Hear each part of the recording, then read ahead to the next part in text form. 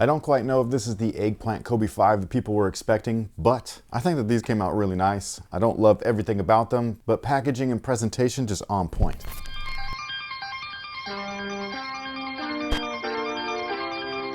Hey, what's going on, guys? My name's Chris. Welcome back to the official WearTesters.com YouTube channel. Today we got a detailed look and breakdown on these bad boys right here. This is the Nike Kobe 5 Protro Year of the Mamba, one of two colorways. The other one seems to be a overseas exclusive. Now, before we get started, we do have a quick word from today's sponsor, and that's the good folks over at Sole Premise. Now, in case you've never heard of Sole Premise, they actually offer luxury bags in a wide variety of styles. So whether you're into crossbody bags, duffels, performance duffels, day pack style backpacks, or extra large backpacks for a little bit of a longer trip, they have got you covered. All of their stuff is also TSA approved. It fits in the overhead compartments and underneath the seat in front of you. And yes, I have tried this myself. They are the only bags that I use when I travel. If you're interested in trying out Sole Premise, there is a direct link down below in our description box. Don't forget to use the promo code that you see on the screen right here. It will save you a lot. I guarantee it. Now, this is the more general release pair, even though they weren't quite a general release, but they were available at select retailers. I actually forgot that they were releasing. I ended up going the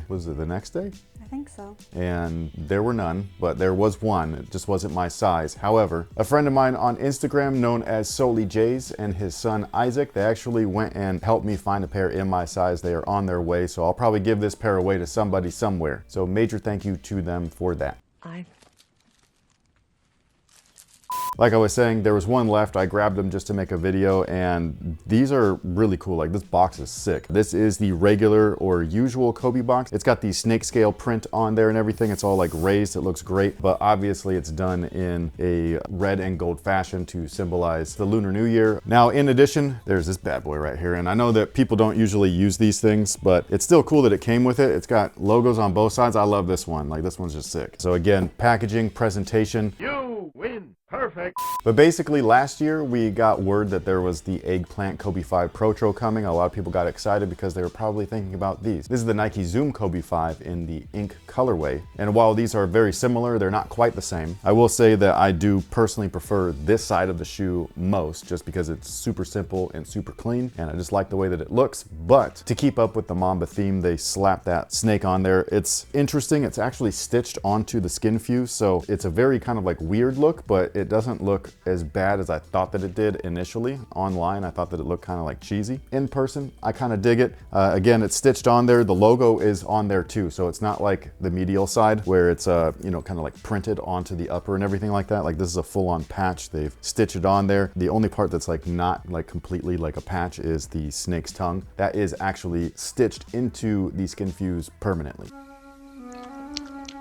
Now, as far as the shoe is concerned, it's a standard Kobe 5 Protro. Outside of a couple of small changes. Are the changes performance driven? I would say no. They're kind of like aesthetically pleasing. At least the main things that they changed. Like I was saying, this snake on there, it's not anything but visual. It's not performance or anything like that. Same thing with the rear heel. They actually took off some of the original kind of like fabric or textile that was originally on there, and they replaced it with a snake scale look on there. I do think that it looks really cool, so I'm not complaining or anything. It's just a visual change. The one thing that I don't love that they did is they actually like changed the tongue, and it's not the top of the tongue, like it looks the same and everything like that. It's the material that they changed. So this fabric that they used on the rear collar to showcase that snake scale look, they've actually put that on the tongue area as well. Originally, it's supposed to be the Nike Torch system, which is a super breathable, like open-aired mesh with like a cross-cell kind of pattern in there, or like a hexagonal shape and everything. It's a great tongue system. I absolutely love it, but that's gone now. So that's the only thing that's a bummer. Does that make these not playable? Of course not. They still have all the other main features. The only thing is that you're gonna knock down the ventilation a little bit. If that's a super important detail to you, obviously, then that's gonna hurt your want to play in them. But for me personally, like if I was gonna play in these, I think that they would be just fine. I would miss the Torch system, but I don't think that it's a complete deal breaker. Everything else, like I was saying, standard Kobe Protro right here. So we got the Kobe 5 Protro outsole, very similar to the original outsole, where it's that heartbeat pattern. And this thing I think works great. It's not very durable outdoors, but inside this works really well. It doesn't even accumulate a ton of dust. If it does, you just wipe your bottoms.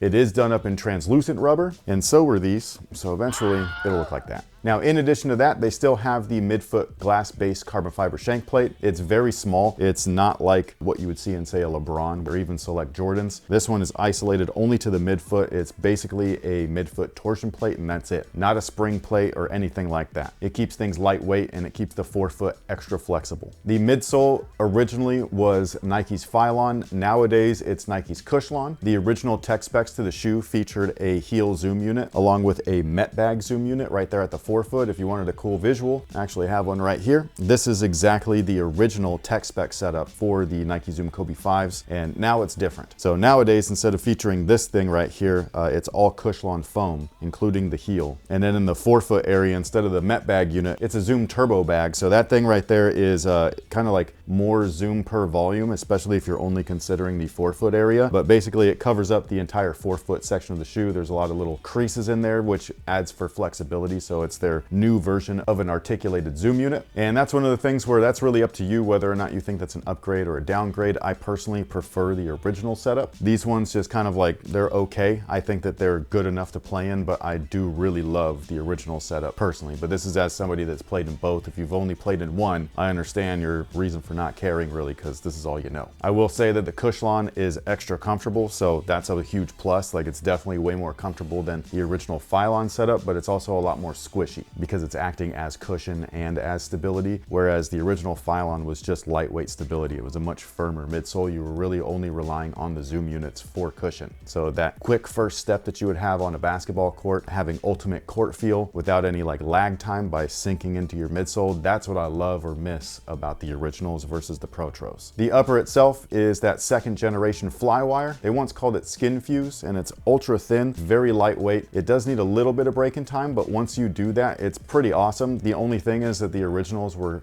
not as durable as maybe they should have been, being an all plastic shoe. Basically, the construction of it, you can't really see it on this colorway. This colorway, with this side, this is beautiful, I gotta say. I love this look. But something like this, you can see the panels, you know what I mean? Because each panel has a different kind of like color or design on it and everything. So the toe panel is one separate piece. The eye stay panel is another separate piece. And then underneath that, you have two other panels. There's a toe as well as the midfoot, which is what had the Flywire housed within it. And that would be all done up in flat sheets, and they would put it underneath this heat press. They would heat weld it together. And basically this section right here would rip on some people's shoes. Like if you had these for a long time or you were just a heavy footed player, you would really stress out that zone of the shoe. And you would oftentimes see that seam area burst.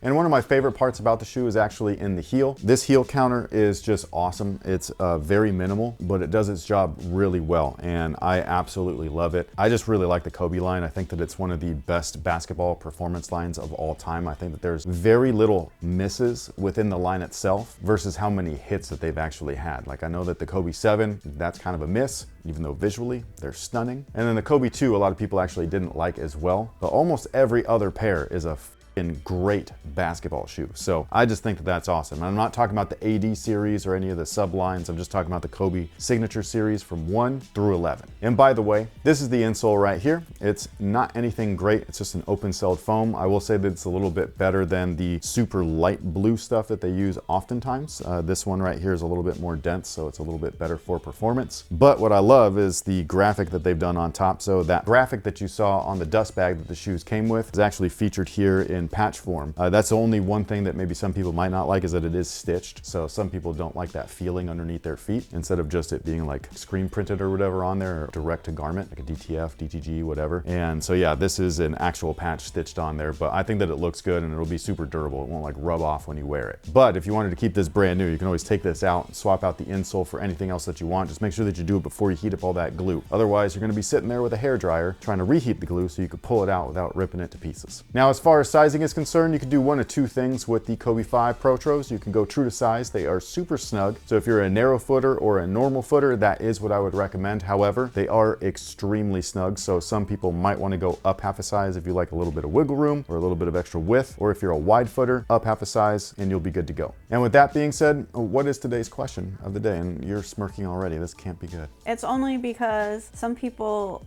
already know the lore here and some people don't. So you'll probably have to give a little background. Okay. But also, I think maybe you should answer this at this stage in life. Like as old me? Yes. Okay. Okay. If you had to get rid of all of your shoes or all of your toys, which would it be? One or the other. Yes. Okay. And then you get to keep one item from the let go pile. What would it be? This sucks. No wonder you were smirking. This is a dick move. The lore is, way back when, I did make him do this because we were running out of room in our apartment. Yes, we were a very small YouTube channel, which we still are, but like we were just starting. And I think this was even before that. No. No? I had started YouTube in that 2-bedroom. Okay. So yeah, we were a fresh channel, I should say. And I was making videos, not necessarily in the apartment after the first one, but I did make a few in there. What little money we were making from YouTube at the time, which is still how it works now, but basically the money that we make, we roll it back into the channel. So like that's how we buy the product that we review and everything. I already had like my own like shoe collection, but I also had my action figure collection since I was a kid. Like I had that stuff since I was a teenager, and some of it a little bit before then. Like some of them were originals of things that I had and things like that. But basically the house was overflowing with both items, and we had a small child and she had her own things. And so you were just like, bro, can you pick one? Like pick one hobby. You know what I mean? And I was just like, what? And so I thought about it for a little bit, and I chose to get rid of my action figures because I saw potential in the channel. And thankfully I went that way because that's now our business and everything. So I got rid of all my action figures for damn near nothing. Like I had over 3,000 action figures, all brand new in box. And I know that that sounds crazy, but it's true. Yeah, and I got rid of them for, I think it was about $3,000. So it was like $1 per figure. And a lot of those figures, when I go look at them now, they're like 300 a piece. And I'm just like, why did I do that? You know what I mean? So that's one of those, like, if you would have known, then maybe you would have chose differently, even though I don't think I would have. I probably just would have been like, actually, let me just go rent a storage unit. That way we can move stuff out of the house. That's probably what I do now. So like that question wrapping around today, if you were forced to remove items from your possession, I would realistically go and get a storage unit. That's cheaper than me getting rid of all the crap that I've amassed, especially because eventually I'm going to reacquire these things because that's how I am apparently. You call it hoarding, I call it collecting, but either way, it's like I can't get rid of stuff. So I would get a storage unit and put it in there. However, to answer the question, even though I think it's a dill hole question, if I was forced to get rid of one thing or the other this time around, that's the hard part because I'm not getting rid of my Kobe's again. So it's like, what do you do? Because you can't get rid of all the shoes. It's what we run the business off of. So like I would be forced to get rid of my action figures. So which one again. are you keeping? Like only one? Only one. Why one? One. You can't just, you can't like be like, well, let me keep my Ninja Turtles and be like, one. One. They come as a set. There's 4 of them. Not in this. There is. Not in this set of parameters. There is. That's f***ed up. That's what I'm saying. This is a dickhead question, man. Like, why would you do this to somebody? I want to keep my movie figure turtles, but I also want to keep my original Snake Eyes G.I. Joe. But I also want to keep my original Ninja Turtles, like my Playmates ones. Which one? That you can't. You can't. That's f***ed up. So yeah, so if you were to propose that question to me, I'd say, f*** you. I'm getting a storage unit. You know what I mean? Like, sorry, dude, not happening. But what about you guys? If you were forced to get rid of whatever hobbies that you're into, I'm assuming that you have more than one. Don't we all? Yeah. I hope so. But if you do, especially if it's product based, I guess, where there's stuff, what would you get rid of? And if you can only keep one of the things that you're getting rid of, what would it be? So like if you have a DVD collection or a comic book collection, I mean, bro, that'd be hard. Getting rid of all the comics and picking only one issue to keep, you know you got room for like 10 minimum. I like to think of it as somebody very important to you is hanging off the ledge, and you can only save them with one arm, and you can also grab one possession at the same time. That's all you can hold. So can you hold all of your movie Ninja Turtles back there with one hand? Why would I not just throw them to safety and then grab the person I'm trying to save? So that's what I'm saying. Like, what kind of idiot would I be where I can't think that fast? You can't. You're in the moment. Your That's brain is scrambling. No, that's exactly what I would do in the moment. I'd be like, you can't say, pause, let me go rent a no, storage I'm not unit. saying rent a storage. You're saying that if I got my stuff in my hand and then I see somebody, I wouldn't go, no, not. I'm pretty sure I would. Not in this one. Yes, I would. And I'm sorry, I just did that. I know everybody's like, what is he doing? I'm showing you exactly what would happen. It'd be that simple. Put the shit down, I go save the person. Easy. If Spider-Man can save all kinds of people. You're not Spider-Man. In my head, I am.